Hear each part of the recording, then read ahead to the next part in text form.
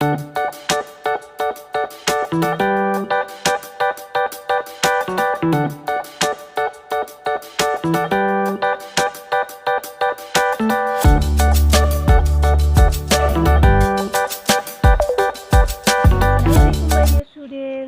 we are going to see the wave-particle duality of electromagnetic radiation. ठीक है, हम आज क्या देखेंगे? रेडिएशन, इलेक्ट्रोमैग्नेटिक रेडिएशन की double behaviour, that is wave behavior and the particle behavior. So see, when the light interacts with matter, जब light जो है या कहे आपकी इलेक्ट्रोमैग्नेटिक रेडिएशन है, ये इंटरफेयर होती है मैटर के साथ, it behaves like a bundle of energy. Right, हमने देखा पिछले ही टॉपिक में फोटो इलेक्ट्रिक इफेक्ट में हमने देखा कि it was behaving like the Einstein के एक्सप्लेनेशन के बाद तो ये चीज़ पता चल गई कि फोटोन और the energy particles are called bundles, they are called quanta और द फोटॉन्स. सो नेक्स्ट उसकी जो स्टेप हुई क्वांटम की या क्वांटास की या एनर्जी के बंडल्स की, तो बताया गया कि they have momentum. Momentum is the pure property और ये प्रॉपर्टी है पार्टिकल की. तो ये सवाल उठा कि whether the particle can be associated with light और द इलेक्ट्रोमैग्नेटिक रेडिएशन.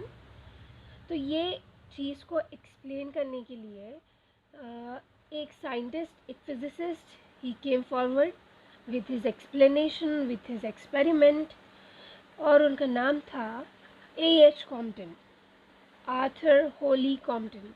इन 1924 उन्होंने एक्सप्लेन किया फिनोमेना ए, जिसकी वजह से ये क्लियर हो गया कि जो इलेक्ट्रोमैग्नेटिक रेडिएशंस है they carry some amount of energy as well as they behaves like particle. So Arthur Holy Compton, he was working with the scattering of X-ray due to the electrons of matter. उन्होंने क्या किया, उन्होंने graphite Compton has considered the graphite sheet, उसके electrons, उसकी surface पे present electron पे incident हुए photons, और फोटॉन इंसिडेंट होने के बाद इलेक्ट्रॉन वहाँ से स्कैटर हो गया और एक नई फ्रीक्वेंसी के साथ रेडिएशन कहिए या फोटॉन्स कहिए वो स्कैटर हुए. ये फिनोमिना के साथ उन्होंने प्रेजेंस ऑफ फोटॉन और रेडिएशन की फोटोन बिहेवियर को एक्सप्लेन कर दिया. सो नाउ सी कि Compton showed that photon has momentum along with the energy it carry. उनके हिसाब से जो फोटॉन्स थे उनके पास मोमेंटम भी था और एनर्जी भी थी. Momentum is mass into velocity. Okay, all the photons of particular frequency have the same energy and same momentum. एक लाइट के कुछ फोटॉन्स अगर आप लेंगे तो वो उनके पास सेम एनर्जी होगी और सेम मोमेंटम होगा. The photons are electrically neutral and they are not deflected in electric और magnetic field. Photons can have particle-like collision with the other particles such as electron. Particle से particle का collision होगा, photon जाके hit करेगा surface पे, then it will be interacted with और collide with the electron. ये जो कोलिजन है, the photon particle collision, the energy and momentum of the systems are conserved but the number of photons is not conserve. ठीक है, photon can be absorbed or the new photons can be created. Photon अपनी सारी energy देके गायब हो जाएगा और हो सकता है कि नए इलेक्ट्रॉन फोटॉन्स भी वहाँ पैदा हो जाए. The photon can be transfer their energy and momentum during the collision with the particles and disappear. When we turn light on, they are created and they move with the speed of light and they are never at rest. Mass of the photon is not defined as we do for the particles in Newtonine mechanics. Its rest mass is 0 in all frames of reference.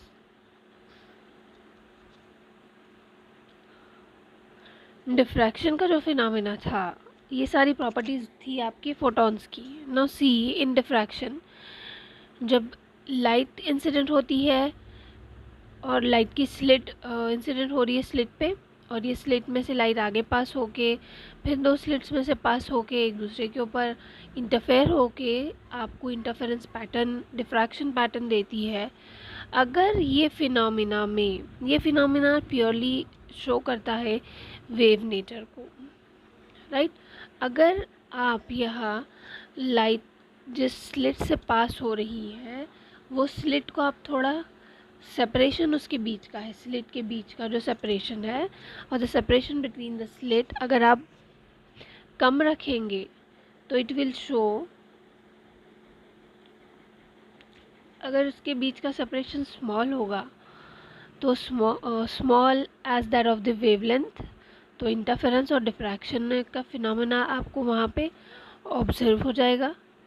और अगर large होगा और मोर रहेगा, ज़्यादा रहेगा, तो interference और diffraction pattern will not be observe. तो यहाँ डिफ्रैक्शन के फिनोमेना में वेव नेचर ऑब्जर्व हो रहा है और पार्टिकल नेचर ऑब्जर्व नहीं हो रहा है। जैसे ही बड़ा हो गया तो वो इंटरफेरेंस और डिफ्रैक्शन पैटर्न वहाँ पे नज़र नहीं आने वाला। Now see the electromagnetic radiation. So the electromagnetic radiation will show the different behaviors at different time. Interference diffraction के फिनोमेना में जब इंटरफेरेंस पैटर्न बन रहा था तो वो ये दोनों phenomena wave nature of light को या wave nature of electromagnetic radiation को प्रूव करते हैं। इसके बरखिलाफ़, इसके मुखालिफ, इसके अपोजिट अगर आप देखिए जो हमने पिछले हिस्से में पढ़ा चैप्टर के, जैसे कि ब्लैक बॉडी रेडिएशन है, फोटो इलेक्ट्रिक इफ़ेक्ट है या कॉम्पटन इफ़ेक्ट है, ये सारे इफ़ेक्ट्स में पार्टिकल नेचर डोमिनेंट रहा। So also there are some experiment which shows both theories. कुछ ऐसे भी एक्सपेरिमेंट्स हैं जिनमें दोनों भी थेरीज एप्लीकेबल है।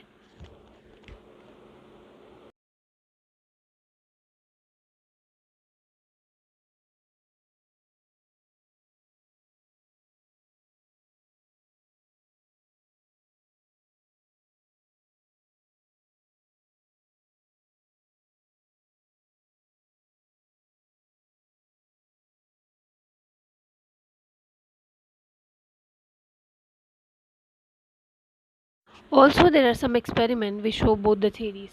One dominates in the some situation and other work in the rest of the situation. This is the phenomena. This phenomena is termed as the wave-particle duality of electromagnetic radiation. So the question can be asked on this topic. Explain the wave-particle duality of the electromagnetic radiation. So I hope you have understood the phenomena of wave-particle duality completely.